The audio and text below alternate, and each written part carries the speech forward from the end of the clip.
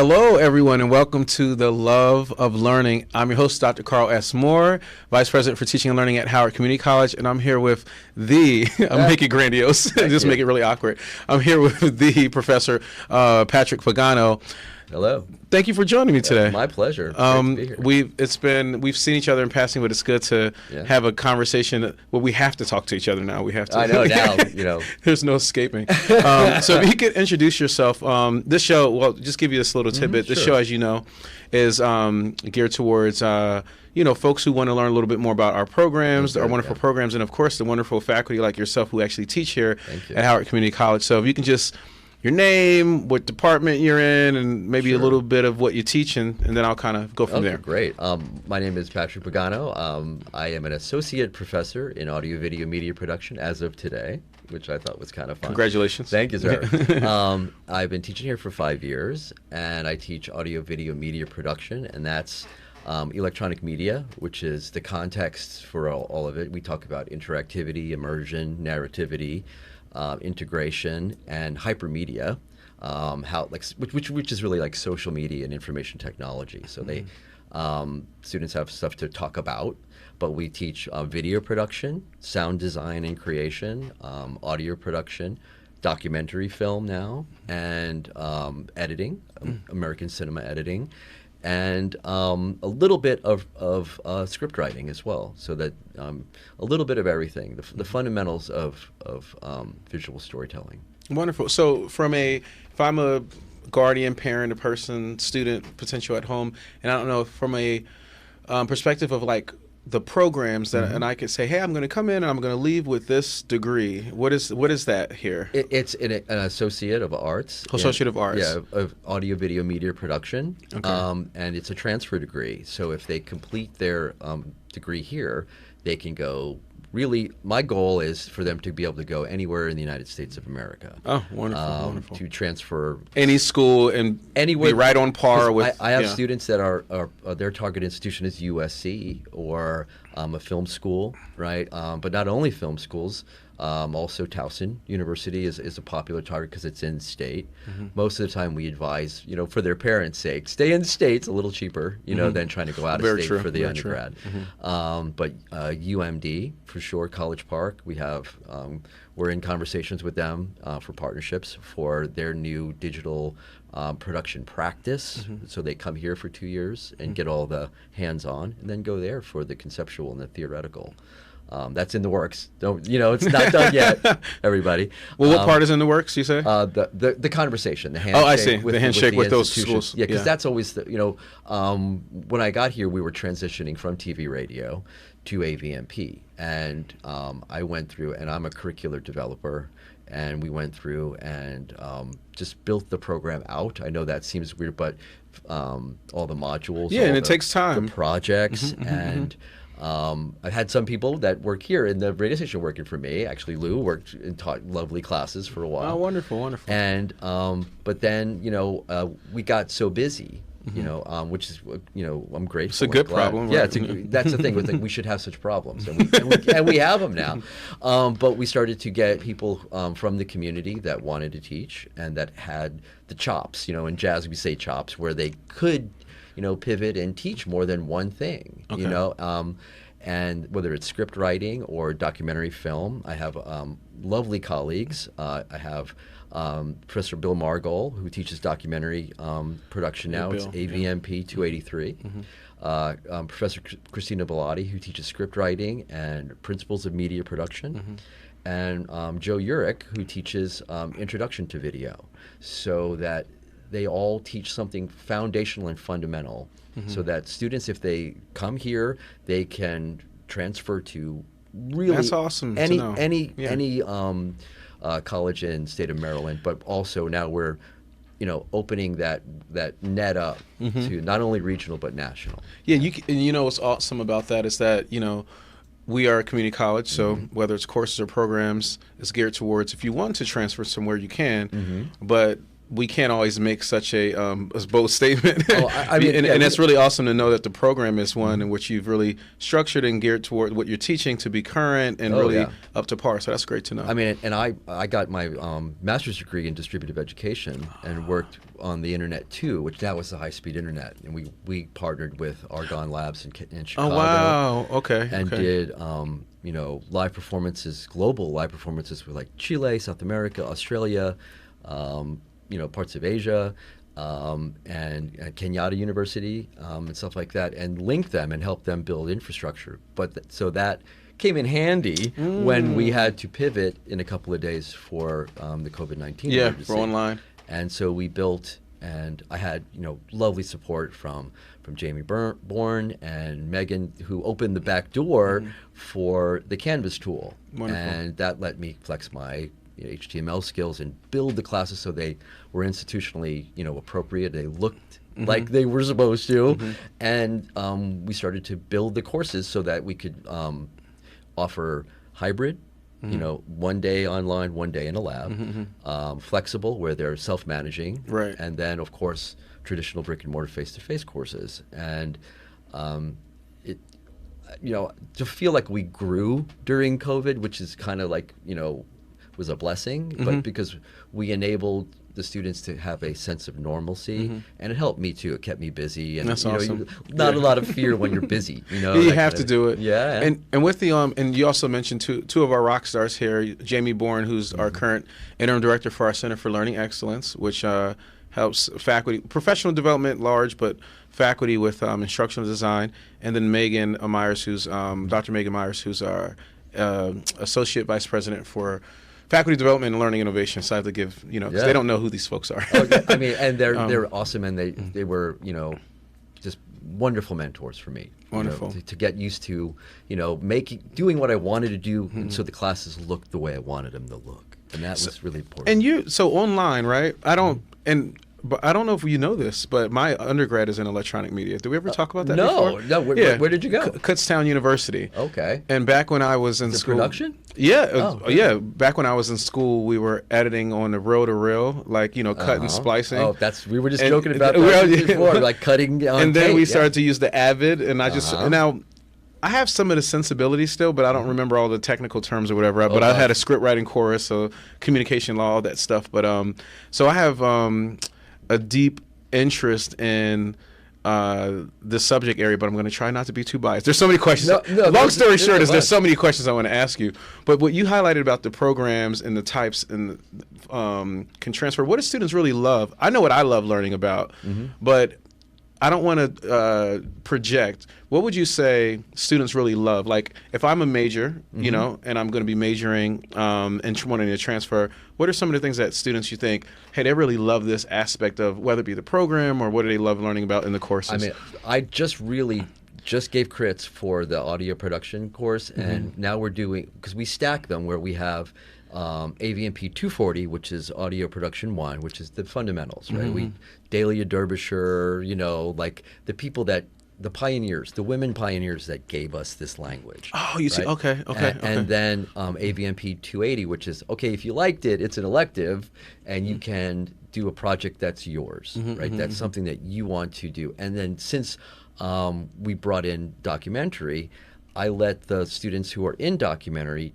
do their final project on the sound design for the documentary. So it's kind of, it gets this kind of syncresis or this synchronicity between and courses. The students like that? And the pieces are gorgeous, because now we're going to start building out a mini documentary film festival for the program. And if the stuff I saw the last couple of days is any indicator, we're on our way. And that's lovely. So a documentary film festival here at Howard Community College. Right here, yeah. What's the, no pressure, what's the timeline for that? It's exciting. Well, we want to have at least to fill an hour, because they're only about 4 or 5 minutes. So by the end of next fall, we should, as long as Janelle Broderick says we have space, the director has to we'll be able to, hold it in Montebaro or something like that, and then let the filmmakers talk about their process, and have Professor Margol probably, MC it, and I'll be in the booth making sure everything runs. Yeah.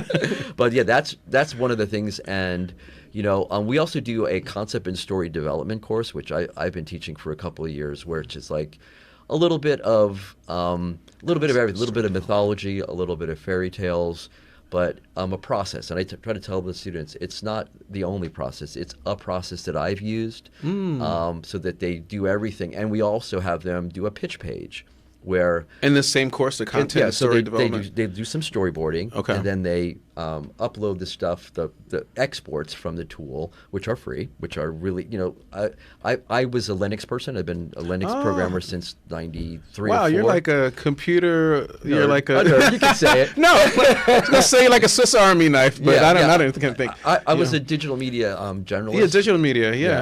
And then I became an expert in C and C++ because I wanted to write my own software. So the programming, the audio, the video, the film, I'm assuming somewhat. Okay. And I was a performer for a period of time. I learned, I think we mentioned that, I learned Hindustani classical music, and I was on tour with Ravi Shankar and his daughter Anushka on his last world tour. What was the instrument? I was playing tambura. And Guruji was playing sitar, and Nuni was playing sitar as well. Oh, goodness. Yeah, and I mean, I know this is about you. I was going to say this is not all about you, but I can only imagine how each of those skill sets lends itself to a refined lens at the other, doing the other thing, right? Like the ear, the technical, the programming. They're all kind of some of them may seem closer than others, but they all complement each other. Interwoven and integrated. And it lets me share and give that to the students, or let them have the experiences that I have remotely, or access them, instead of like, I did this, because that's really not what it's about. It's just about hey, try this, hey, try that, and it enables, I believe, authentic critique so that they grow. There's I don't know what you would refer to this as, but there's like there's their talents, their skills, their experiences, and then there's instincts, right?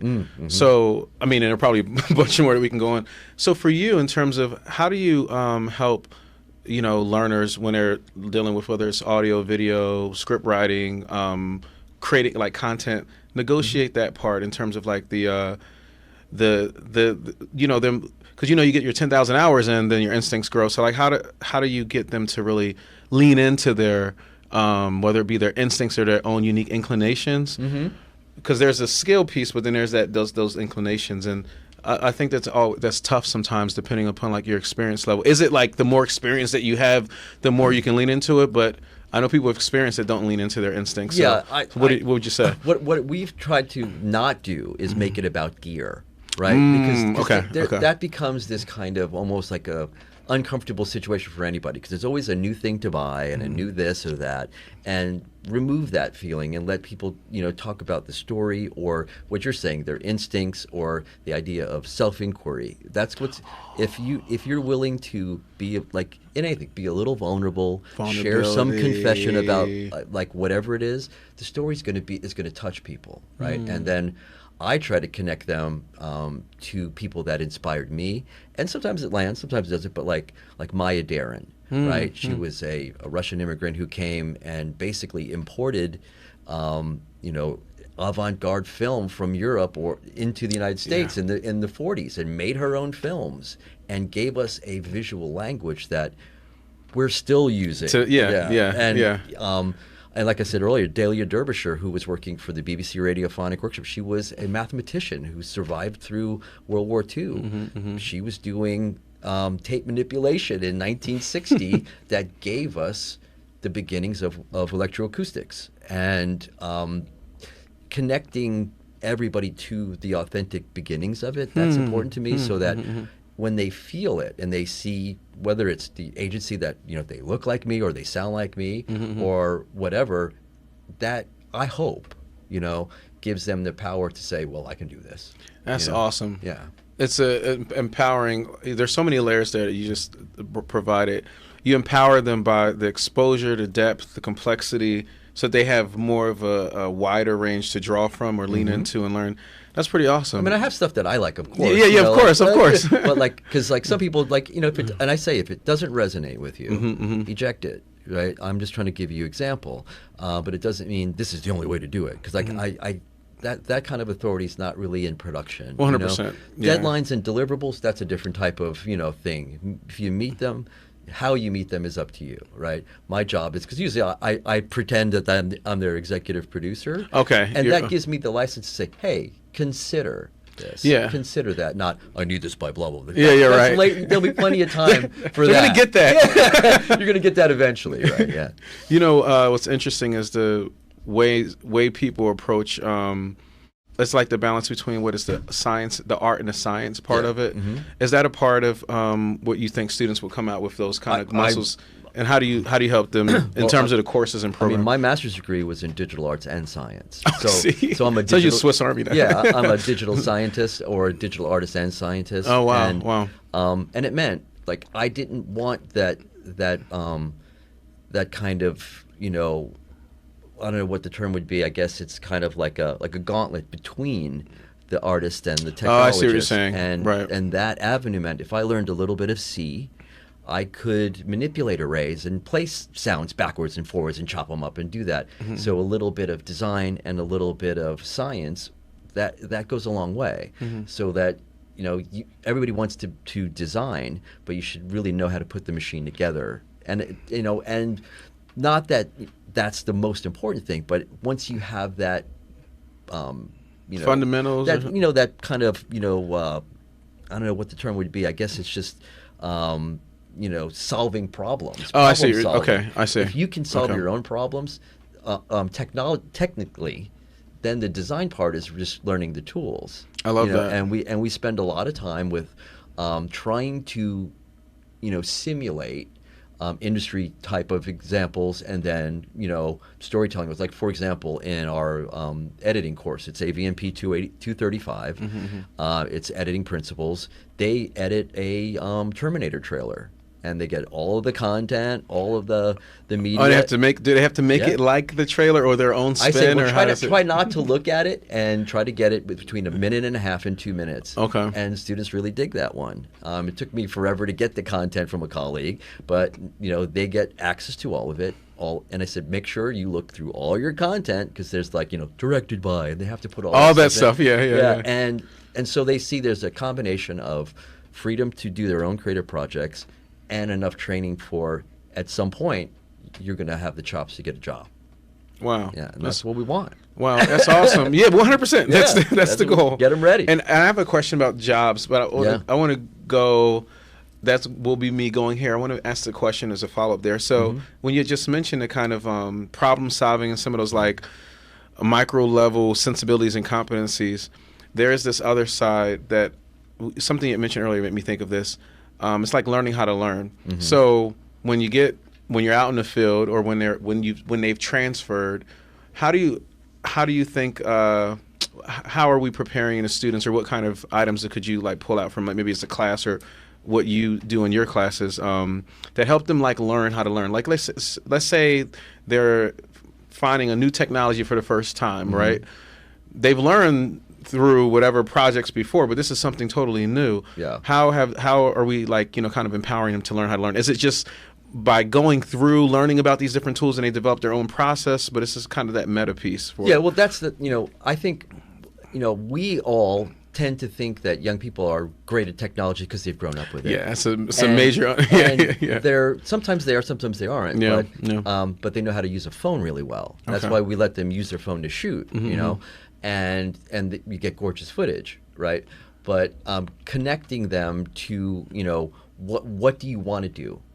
Start, and I say, why don't we pretend that you're going to have a career? Because everybody wants to get a job and make a lot of money, 100%, right? yeah, and I say that's not a goal. That's expectations you want. But what do you is it directing? Is it cinematography? Is it production design? And start to see what that is. And I give them a little smattering of each little flavor, because now's the time to make those decisions. And and prepping them to transfer to the college they want to go to, and to start doing what they want to do, but have a portfolio portfolio of ours. Of stuff that's, I say, like, there should be gems on there, like something small and beautiful like a diamond, like my design professors used to say. That's awesome. Make something beautiful that's yours, you know. So that, and I said, like, you know, I'll hold, you know, I'll hold your hand through it. I'll run behind the bicycle. I'm here for support, right? But at some point, you're on your own, and you're gonna make a thing. And when I start to see that, it's usually, you know, semester before graduation,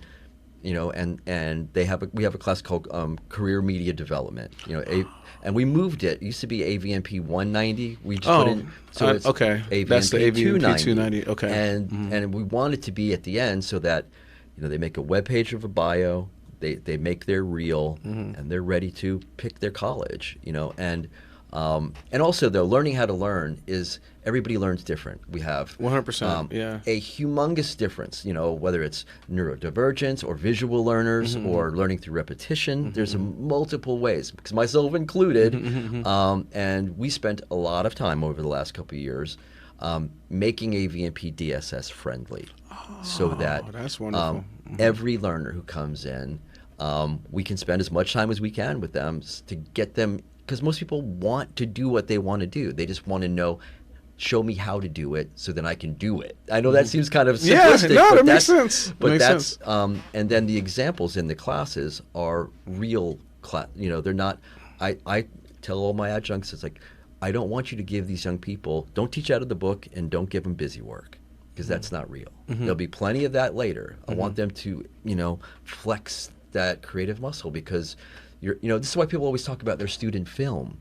The student film is when there's no industry pressure. Right. Like they always say, you have your whole life to make your first film. I know, Then you have 18 months, you know, to make the next one. Yeah. And there's people that, you know, and that's a freedom there. Same thing with music. You know, you have your entire life to make that first LP or CD, or and then after that, then the pressure comes. Then it's like, then I had 9 months and you want the new hit, you know. Yeah. And so that's why, you know, people talk so fondly of the vibe of their first material. And it changes everything, huh? And I ask them, because people talk about it when we show documentaries or whatever. You hear professionals, like whoever it might be, Linda Perry or Brian Eno, and they talk about this vibe. And I go, well, what is a vibe? And I had one student who really defined it better than I can. And they said, an invisible feeling that guides your process. Yeah. And I'm like, you nailed it. That and describes that's that it. feeling. And if you can connect to your vibe, you know, whether it's through self-inquiry or practice, you know, I'm just showing you how to use the tools. That's amazing. So it's the and you know, people usually would, and I know for you, you do associate feeling with such a technical or color or anything. they think all the technical elements. And there was a course that you were speaking about earlier, the content and story. What's the name of the concept course? and story development. You know, I could imagine that the feeling plays a big role, even in, like we were talking about the instincts earlier, with whether it's the audio or the video. There's so much fascinating. What do you want to say? What do you want to? Yeah. What do you want to? Yeah. What is it that you want to be a story? It's like, you know, what do you have a problem with? What's not resolved? Yeah. What do you want to resolve or comment on? And most of the time, if they identify that, the stories are amazing. It's awesome. And I'm just then my job is just to keep it academically, you know, rigorous and inside a rubric. Well, speaking of stories, and there are a number of content creators right now. So I'm gonna draw a connection. It's a wide here. lane. There's a wide lane. So I imagine that there are people with their degree, their associate's degree, associate of arts, they'll transfer to another school. We talked about that earlier. But then there may be is there a lane here for folks that may want to take a course or two and they want to grow their content creation because they want to jump on YouTube or be, how often do you see that in terms of students? Talk to me a little bit about that in terms of the non-major. We don't have a certificate yet, right? Not just for AV&P. But we do have things where you can take it without, you know, credit. Just come and get your skills together. Yeah. Okay. And the thing is that one of our educators, he was teaching script writing, and he kind of retired, but he was making his own film. And the last semester that he was teaching, I had 2 young people who came just because they wanted to make their YouTube channel. And he identified them. Okay. And he poached them. You know, now they're working for his film company. Get out of here. And I'm like, okay. And that's not, you know, they were really in it. They they were picking microphones and all that sort of stuff and cameras and talking way over my head with gear. And I'm just like, that's always going to be a thing. Not everybody has a humongous budget like that or whatever. But yeah, we totally, like, non-traditional age students, it's normal for us. So it's quite often. Yeah, people come in, and whether they want to do it for their worship house, where they want to be the video coordinator. Yeah, all of that now is multimedia as well. Right, they could be the coach of a team of something, or or the video behind. I got selected as the hey, you're doing it. Yeah. Oh, I've been volunteered. So I think that's fascinating that video, AV, and I'm not giving all the right terms. You can correct me. It's such a part of everyone's lives now because of it's expanded. It's expanded so much. It used to just be, okay, and then you watch on your television where it's everyone. I just think that's really fascinating. And I just wonder, so if I'm a person here and I'm learning the skills, what would you say? Maybe I've asked this question. What would you say to the person who's like, oh, I have a cell phone and I can just learn it on my own or on YouTube, versus I can learn it here, to those individuals who are interested in content creation? I know, and I think you have it in your mind, and we'll try to get it out. What's the value of having an actual course other than the accountability? Because this is like for the great. What are those? It is. It's the deliverables. It's it's the criteria. It's the critique. It's the because if you're doing it all yourself, what a criteria to critique. Right. That's great. But if you're working for someone else, because most of the time, if you get an undergraduate degree, they don't give you a $7 million budget on your first go around. Right. You start out as an assistant and you have to build up. But if you just want to do your own work, it lets you accelerate through that without the academic-y kind of stuff, let's just say, and get to the what you need to know without having to watch hours and hours of videos. And the projects that we give them are geared so that you're doing it. At the end, it's yours. Not you're doing someone else's work or learning a technique or something like that. There's a lot of techniques on YouTube, but the fundamentals are fewer and far between. That's why I spend a lot. Fundamentals. I make. All of our courses have a YouTube playlist with hundreds of examples. Oh, I didn't realize. Okay. Yeah, we harness that through the pandemic, and so you get the best of all worlds. You get the professor, and you get to look at YouTube. I get to show YouTube videos, but the ones that are important for them to see technique or build visual literacies. Okay. And that's what I think other part is like. A lot of young people grow up, at least in the last 10, 15 years, with animated films and stuff like that. And that's kind of different because that means you have to be a 3D modeler, you have to be a compositor, and that's a whole different bag of worms. Being a visual storyteller, if you're shooting it, editing it, and scripting it, you kind of know what you want. But as soon as you have to work with somebody else or for somebody else, then you have to kind of respond, and it becomes a social experience, and timing, and budgets, and scheduling, and stuff like that. And that's where we get into the profession of it. Oh, wonderful. Are more people doing all three, or do you, in the industry, do you find still there to be specialists like audio, video, script? Are people still kind of, those lanes are still, or are they kind of, because they're blurring for, with all the content? I think, hiring authorities want a generalist that can specialize. They want a so y'all hear that? They want a generalist that can specialize. And that's special. And I think that's important, is that, you should be able to do anything. Okay. And I call it foot in the door. And we just mentioned this earlier. But also have something that you love, that where you shine, whether it's script writing or cinematography. I mean, I have, students in my classes that are just incredible cinematographers, and, they're going to do well. I know they are. But I want to make sure that, you always can do more than one thing. That's right? awesome. So that, like they always say to actors, learn a little tech. Yeah, you have to. You'll always have a job, right? And I think that's where it is that as these, TV and film has changed, where now it's all the time, and after the kind of pause of production because of COVID, now they're thirsty. Whether it's MGM Plus, Disney Plus, whatever Plus, we're going to be AVNP Plus in a year or so. Right, you just adding your own version. But there's a thirst for content, and not only any content, but content that's compelling, is diverse, equitable, inclusive, and has impact. Yeah, that's amazing. Make an impact. I heard on a podcast the other day. We'll be wrapping up soon. It's ideas are the new oil.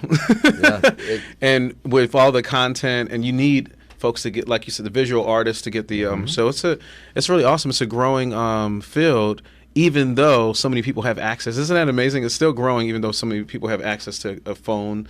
So I just find that's pretty fascinating. well, like the same thing where everybody, anyone can buy Photoshop.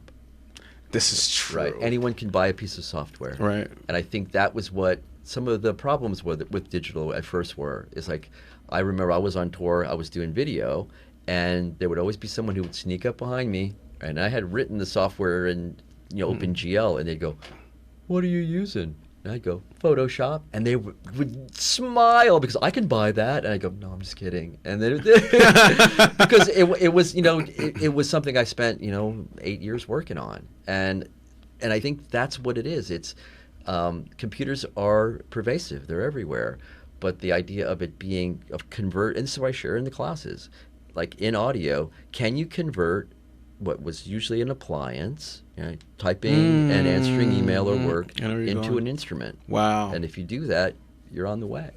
That's magical. Thank you, sir. Well, this has been really great speaking to you. We need a part 2. Okay.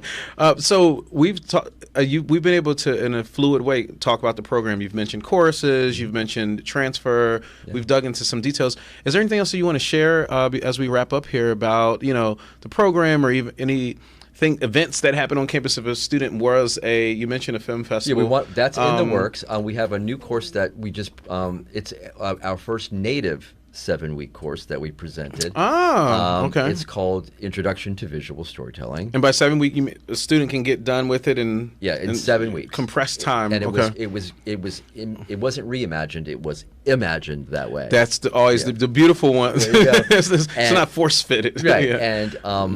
And we over because of COVID, we created this thing called Mentor Hours. Okay. And I it's not office hours because like a lot of high school students still think come see me means you're in trouble. But we found that for AV&P and for what we just talked about, the diverse kind of targets for students, that it helped them navigate and identify target institutions, prepare for graduation, and also get extra help. And I do that on Fridays from 11 to 2. Oh, that's wonderful. And mentoring is different than just... Mentoring is different than office 100%. hours. And we offer that. It originally started out because students, I felt, myself included, we were all terrified because of, the pandemic. And it helped create a consistency. And then I felt it was I couldn't get rid of it because it meant too much to me and too much to my students. And I think that's important because, I like what I do, and I like my students to feel safe, and I want them to learn in a safe space. Awesome. Well, I really appreciate you sharing your time today. My pleasure. And hopefully you all have learned tons. And you know that it's not just when you're dealing with AVP, audio, video production, et cetera, that it's not just it's like a head, it's a heart thing. You just mentioned feelings. It's a beautiful piece here at Howard Community College. So if you're interested, what other information you have if someone's interested? What should they do, their first step? I should ask that often. I mean, just, they have to apply to the college. So apply, go to the website and apply, right? Yeah, or come by McEwen Hall downstairs in the basement and come say hello. And get you set it. Sounds good. So this has been another episode of The Love of Learning with your host, Dr. Carl S. Moore, and we will see you next time.